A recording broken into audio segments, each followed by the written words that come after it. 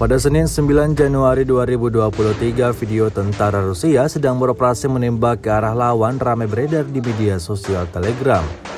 Dalam rekaman tersebut, menunjukkan aksi sekelompok tentara Rusia meluncurkan rentetan tembakan ke arah pasukan Ukraina di sebuah bangunan yang tampak porak-poranda. Tembakan demi tembakan yang diluncurkan diklaim pasukan Putin menyengsarakan angkatan bersenjata Ukraina. Tentara Rusia yakin tidak hanya benteng pertahanan Ukraina yang hancur, namun prajuritnya juga ikut gugur dalam penyerangan ini.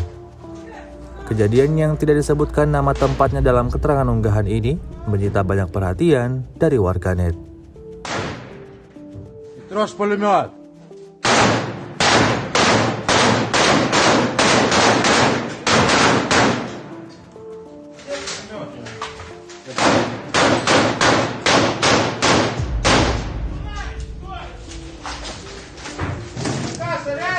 Да!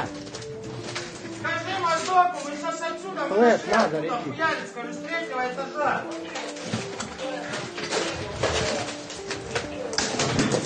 А что?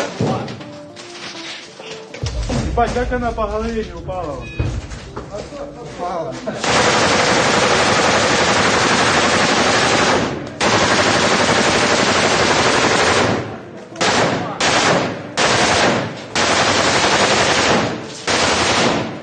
На, блядь, морковку заебал.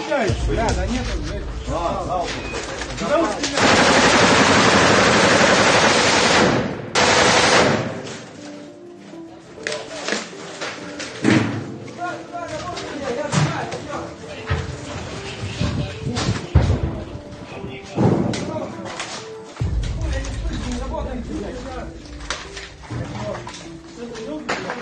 Rusia melaporkan secara total 365 pesawat Ukraina, 199 helikopter, 2.848 kendaraan udara tak berawak, 400 sistem rudal anti pesawat dieliminir sejak awal operasi khusus. Sementara itu dari kubu Kiev, Kementerian Pertahanan Ukraina melaporkan 430 tentara Rusia dieliminir dalam sehari terakhir. Total 111.070 prajurit Federasi Rusia meninggal sejak awal konflik hingga hari ke-320.